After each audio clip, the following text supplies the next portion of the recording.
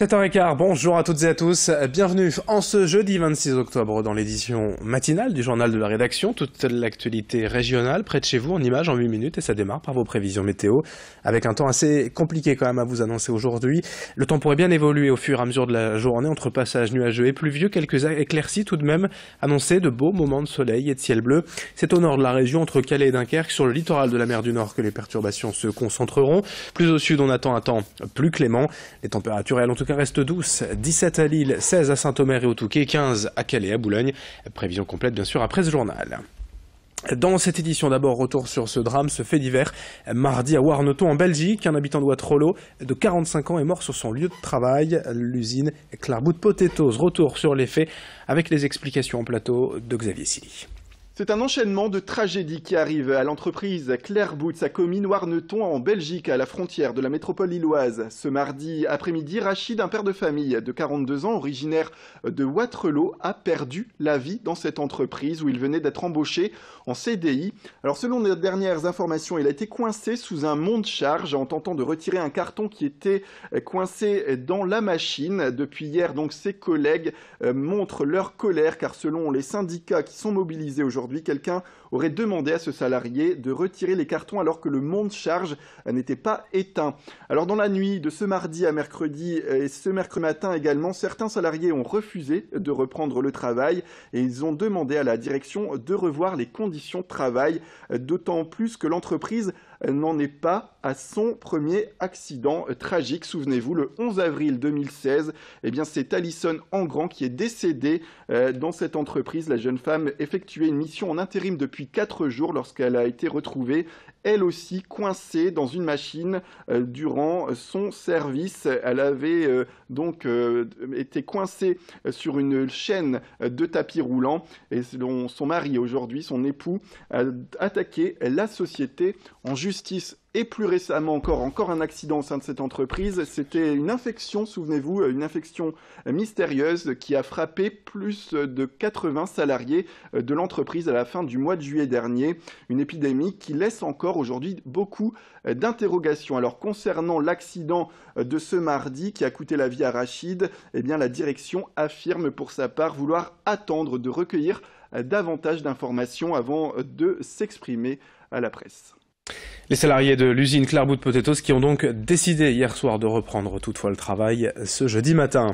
L'information également dans la région, c'est la campagne annuelle de vaccination contre la grippe, une épidémie précoce l'an dernier, mais d'intensité plutôt modérée. 2 millions de personnes avaient consulté un médecin pour des symptômes grippaux durant l'hiver et la grippe a encore beaucoup tué l'an dernier. 21 000 cas recensés, 14 400 directement liés au virus.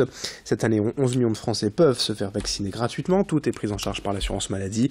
Mais moins de la moitié de la population s'est faite vacciner l'hiver dernier.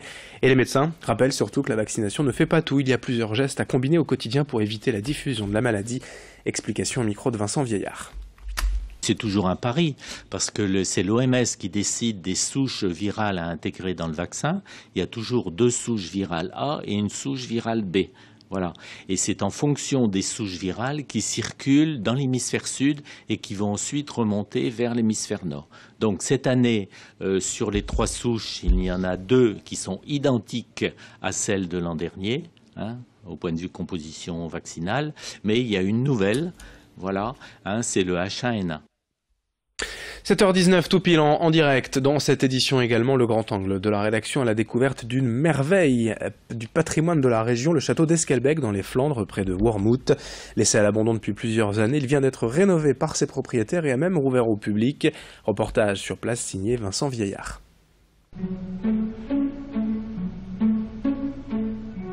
C'est l'un des joyaux de l'histoire architecturale de Flandre. Niché au cœur d'Esquelbecq, le château se fait discrètement une nouvelle jeunesse. À la base de ses travaux, Jehan, ses grands-parents ont acquis la demeure en 1945, juste après la guerre. Il y a eu des grosses démolitions malheureusement et donc il y a eu, par la suite de ces démolitions, il y a eu des reconstructions. Donc il y a eu une très grosse rénovation qui a été faite principalement sur l'aile nord du château qui fait face au jardin. Le donjon de cette aile nord s'est effondré en 1984, causant de lourds dommages et depuis le château est inhabité. Mais depuis quelque temps, les lieux retrouvent une activité et de la visite, et déjà l'aile nord a été redressée. Mon rôle maintenant est finalement de réveiller l'endroit. On a organisé cet été, on a réouvert les jardins au public, donc le public pouvait entrer déjà dans les jardins, ce qui était quelque chose de nouveau puisque ça fait plus de 33 ans que les grilles étaient fermées. Et donc on a organisé des événements autour du jardin. Les jardins étaient finalement le thème central de notre première ouverture, de notre année 0, qui était donc à la base de reconstituer les jardins à la flamande et de les ouvrir au public. Et que ce soit pour le château ou pour ces fameux jardins dits à la flamande, j'en ai pas seul pour tout faire. On ne fait pas tout nous-mêmes, on fait appel à des entreprises qui sont forcément inscrites au monument historique, qui ont le label monument historique. Donc une partie est faite par ces entreprises, l'autre partie est faite par nous, les propriétaires, la famille, et ensuite par des amis qui viennent nous aider aussi, et des bénévoles. Jean s'est donné 5 ans pour réussir à terminer ses travaux. Un projet sur le long terme qui lui a permis de gagner ce grand trophée de la plus belle restauration en partenariat avec Le Figaro et la Fondation pour les monuments historiques. Une récompense pour celui qui a changé de vie pour se consacrer à ce lieu il y a quelques mois. J'ai fait une petite transition qui finalement n'est pas c'est pas un aussi grand stretch que ça. J'ai organisé des salons, donc c'est-à-dire que j'animais des lieux aussi. Plus concentré sur un thème qui est l'art contemporain. Donc c'est ce qu'on peut retrouver encore ici, c'est encore un petit peu d'animation et d'exposition d'art contemporain. Pour cet hiver, le château est encore en phase de rénovation, avant une réouverture en mai avec un événement des fêtes des jardins à la flamande et une première journée des plantes.